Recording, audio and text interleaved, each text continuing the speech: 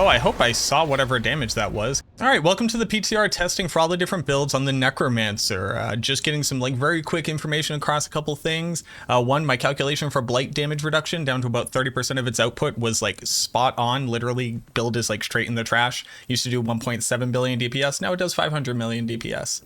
Still a huge number, but 30% of what it used to be. But what I wanted to be doing during this week and as I'm testing these builds and putting them out is to give you all an update on the things that I've tested, what you need to be looking out for, what you should expect in Season 5, obviously, before we incorporate any of the changes or feedback that the developers have, but also to give you an idea of what you can be piloting right now so you could try out this Season 5 and get an idea of the relative strength of the builds that you've come to love. The only last caveat that I'll add to this before I get into the build is one, I'm going to have a D4 planner down below. I'm not going to go over every single aspect in skill slot and gear and paragon boards, all of that. You're going to use the build planner for that. What I want to be talking about is the changes to these builds and the things that I've most notably worked into them or how I've theory crafted them. So you get a better idea of, if you're currently playing them, what it might look like in Season 5. And we're going to start off with Bone Spirit. This is going to be a Banished Lord's Talisman minion using version of the build. This is typically what's kind of pretty meta right now as far as the strongest build for Bone Spirit.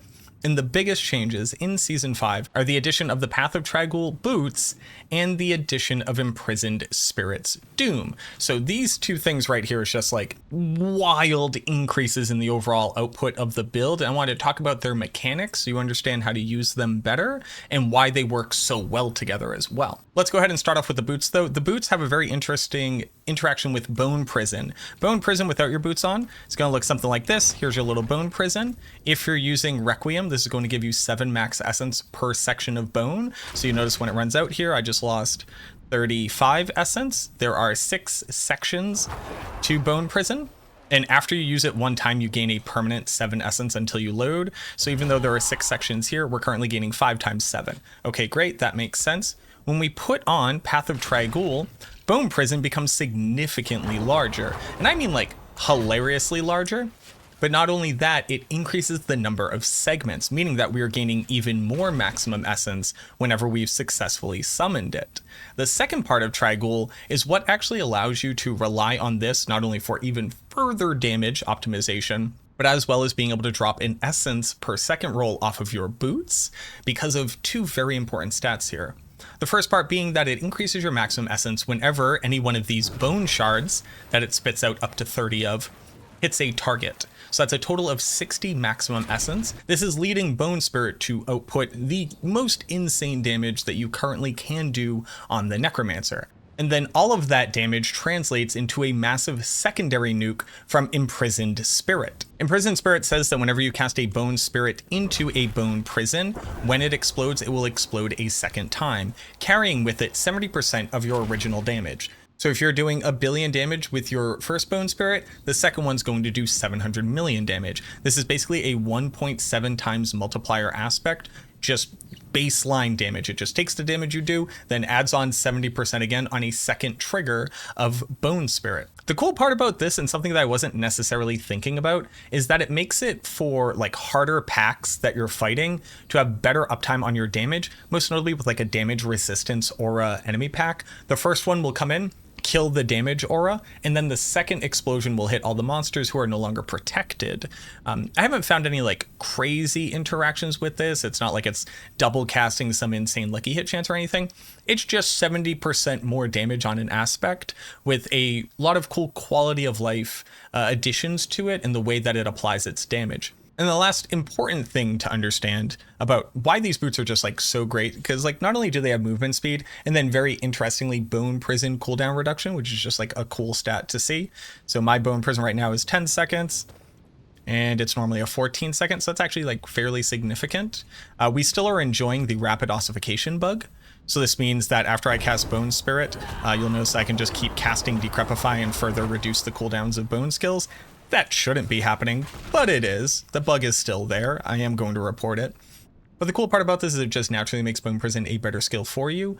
But the armor roll on this piece of gear is Resident Sleeper super duper good. Because of this, we are able to drop an armor roll from one of our other gear pieces that previously needed it, and instead are able to put essence per second onto our chest. So whereas before I had boots that had movement speed, essence per second in bone spirit ranks, now I have movement speed cooldown in bone skill ranks, which goes even further to like make bone prison cooldown even lower, which is just like cool. It will also work for bone spear, which is pretty cool. But the armor roll allows us to replace this stat here and effectively not lose any of the essence per second at all. So you get to have it both on your helmet and on your chest. The actual splinters themselves will generate essence whenever they hit a target, and it basically means we've lost none of our functionality and just gained straight up damage from more increased maximum essence, not only just from the bone prison segments, but from the additional essence per target hit. Other very cool thing about this, and let me just go ahead and sacrifice everything. Right now with a resource potion on, I actually currently have 223 essence, and then when I actually cast Bone Prison, you'll notice I go up to 293, meaning that we can actually effectively trigger Banishlord's Talisman without sacrifices. Now, it does need a high roll of maximum resource on 2 pieces of gear. Most notably, I have 1 GA, and then I have 1 crit on a non-GA. But with the additional buff that you get from the Bone Prison, not only does it generate the maximum essence here, but then you would gain 60 more. So I would be at 353 maximum essence without having to have any minions. That would allow you to gain the sacrifice of crit chance, not that you necessarily need it at this point, although that would allow you to remove a crit chance roll from one of your pieces of gear and maybe put on more survivability or more attack speed, which I'm kind of thinking I might want a little bit more of, just because spamming Corpse Explosion is a little bit rough. But we then get to regain a huge 1.3 multiplier here. Then also, because the gifts just keep giving, you'd be able to run Standalone and Memento Mori both simultaneously to gain another 18% DR, although remember this will go away when you cast Bone Prison, so you'll be a little squishy while this is up.